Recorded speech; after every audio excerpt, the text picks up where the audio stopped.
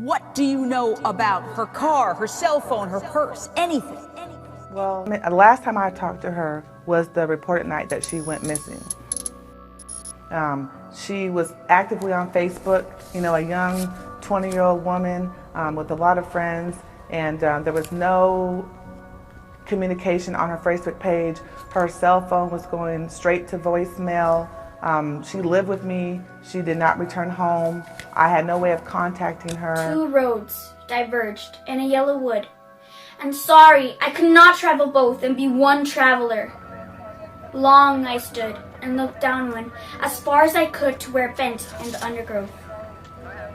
Then took the other, as just as fair, and having perhaps the better claim, because it was grassy and wanted wear. Though as for that, the passing there had warned them really about the same. And both that morning equally lay in leaves no step had trodden black. Oh, I kept the first for another day. Yet knowing how way leads on to way, I doubted if I should ever come back. I shall be telling this with a sigh. Somewhere, ages and ages hence, 2 roads diverged in a wood. And I took the one less traveled by. And that has made all the difference.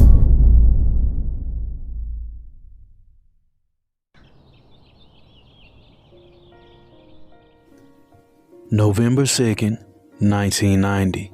The world would make way for Athena Curry. She would be born to her parents Cicero and Rosalind Curry, where she would ultimately be raised in the Portland, Oregon area.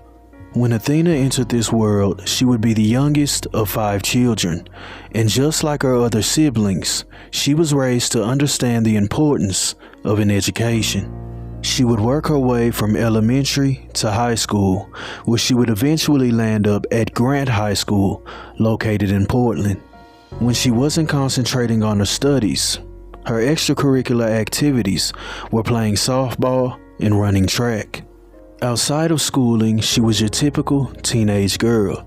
She enjoyed dressing up, music, watching scary movies, and congregating with her friends. By the time Athena reached her junior year in high school, she already knew what she wanted to be. She wanted to become a pediatrician, and she even knew the college she wanted to attend. However, this college was located in Atlanta, Georgia. Although Athena resided in the Portland, Oregon area, all hope wasn't lost because she had a sister who resided in the area of Atlanta. So she would petition her parents to allow her to move in with her sister.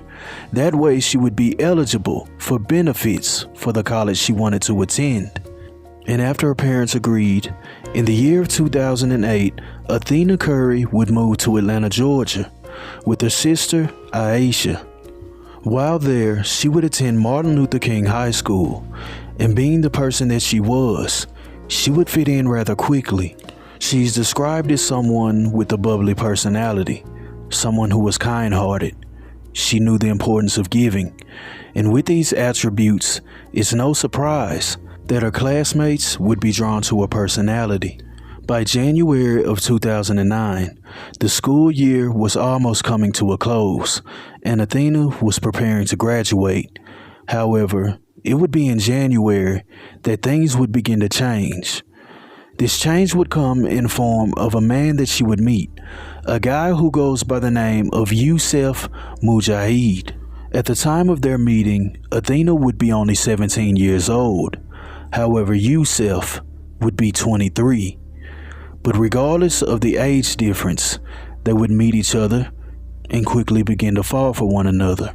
Those close to Athena would describe this relationship in the beginning as okay. He seemed like a nice guy. He was a construction worker, and he had his own house. And although her family didn't approve of the age gap, she was 17 years old, soon to be 18, so there was nothing they could do about it. Except accept it. Shortly after beginning to date Yusef, Athena would begin to change. She would begin acquiring tattoos and piercings. Although these are things that are common in the mind of a teenage girl her age, her parents described her as someone who was very self-conscious about her appearance, and these new changes just weren't a fit for her, at least in their eyes.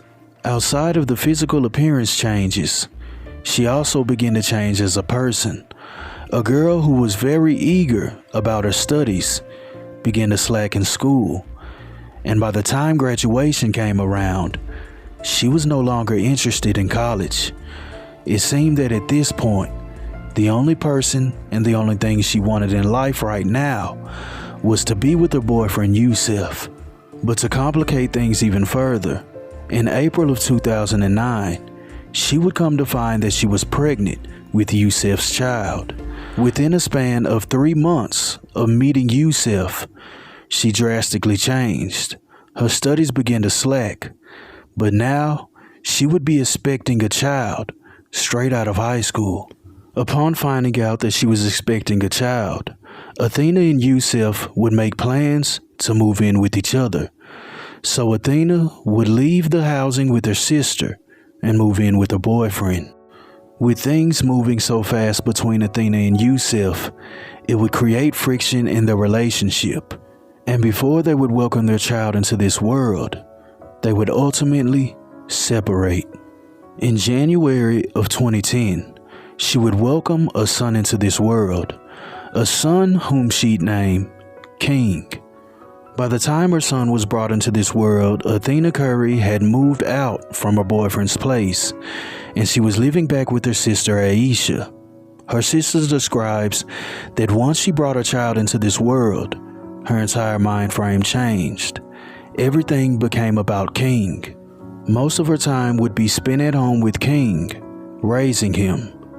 But with Yusef being the father of the child, they had to maintain a relationship for their son's sake. They would begin in the beginning as cordial. He would see his son, and then Athena would return home. However, as time began to pass, Athena would begin to spend more and more time with Yusef, and then Athena and Yusef would eventually move back in with each other. Athena leaving her sister's home and moving back in with her boyfriend was something that her sister was highly against, and let me explain why. When Athena moved back home, she would confide in her sister that Yusef was abusive. So with her moving out again, that would begin to make her sister worry. When Athena moved back in with Yusef, nothing changed. They continued to argue. However, the confidential report of her being abused was about to be public information, because while living with Yusef for the second time, Yusef would be arrested for domestic violence. Yusef and Athena would be outside of their home, arguing, and that's when the neighbors would witness Yusef putting his hands on her. After the authorities were called and Yusef was arrested, he would only spend a few days in jail. However, after leaving jail and returning home, he would return to an empty house because Athena Curry had once again moved back in with her sister. But although they had once again separated, for the next year, it would be the same. She would first begin letting him spend time with his son, and then as time progressed, she would begin spending more and more time with him. By May of 2011, the story would be the same. Friday, May 27th, 2011. Athena Curry would be staying at her boyfriend Yusef's house. But while she was there, her sister would call to check in on her. She says that this phone call seemed okay. She seemed in good spirits, and she said that her boyfriend was putting the baby to bed, and that she'd call later to check in on her again, because at this point, her sister Aisha was aware of the abuse that was going on in the home. But with Athena being grown, there's nothing she can do but accept the relationship. So checking in on her is the best she could do.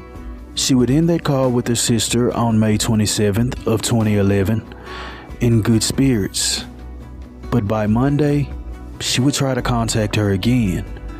However, Athena wasn't answering the phone. The date is May 30th of 2011, and again, it's a Monday. But that entire Monday, her sister would try to get in contact with her, but she would have no success. She would even find a number on Yusef, but when she tried calling his number, that number was disconnected. Monday would come and go, and Aisha still hadn't heard from her sister. And with her being confided in about the abuse, this made her sister worry even more. Tuesday, May 31st, 2011. Aisha would mysteriously receive a text from Yusef. Inside of this text message, he would tell Aisha to have Athena to contact him. Once contacted by Yusef, Aisha would inquire about what happened, and Yusef would tell her that they had an argument on Friday night, and in the early morning hours of Saturday at approximately 3 a.m., Athena Curry would leave the home, and that was the last he saw of her. But that story wasn't sitting well with Athena's sister. She didn't believe it, because where would her sister go? At the time of Athena living with Yusef, neither of them had a vehicle. So if she walked out of the house at 3 a.m., where was she going? When Tuesday ended and she still hadn't heard from her sister, by the next day of June 1st of 2011, Aisha would go to the authorities to report her sister missing. Upon being reported missing, the authorities would begin their investigation. They would even talk to Yusef. However, upon speaking with Yusef, he would give them the same story. They had an argument, and then Athena walked out of the home, and he hadn't seen her since. The authorities would even conduct a search on his home, but upon searching the home, they would find zero evidence that anything occurred there. The days of Athena Curry would slowly begin turning into weeks, and then those weeks would turn into months. And as time continues to elapse, the whereabouts of Athena Curry are still unknown. What do you know about her car, her cell phone, her purse, anything? Well, when she went, last time I talked to her was the reported night that she went missing. She was actively on Facebook, a young 20-year-old woman with a lot of friends, and there was no communication on her Facebook page. Her cell phone was going straight to voicemail. She lived with me. She did not return home. I had no way of contacting her. I tried to contact Yusuf, and I didn't have a valid number for him, so there was just no way for me to contact her for multiple days. Your daughter is missing, sir. My heart goes out to you. What do you know about this on-again, off-again boyfriend and the circumstances of her? He's saying that she just stormed off at 3 in the morning. Did she have a car there? If she had had a car there, wouldn't she have gotten in her car and stormed off? Tell us about that. Well, to my knowledge, for me not being there, I am in Portland, Oregon. I had just recently learned that they were having an off and on again relationship, and I had just learned about the batteries that he was putting upon my daughter right after she had gone missing. So I was in the dark until this point. I do understand that she had a car that she could have driven away in, but I was also told that he told the police that the car was inoperable. I do not know if the police took that opportunity to check the car to see if it was operable, but that's where we are, and I am with my daughter Aisha, that it is very suspect to me that why would she disappear and leave her pocketbook, her laptop, her cell phone, and not contact anyone ever again. She supposed to have disappeared on that Friday night, early Saturday morning, but he did not contact Aisha until, I believe, Tuesday or Wednesday the following week, which leaves a lot of time for some strange events to take place in my mind. The year is now 2023. This video is being shot in December, soon to be 2024. And Athena Curry is still missing, and her family is frantically searching for her. Years and years have passed since 20-year-old Athena Curry went missing, and the police are at a standstill. The only information that's available is a story that Youssef has given to the public. If you have any information about this case, you are urged to come forward and contact the Atlanta Police Department.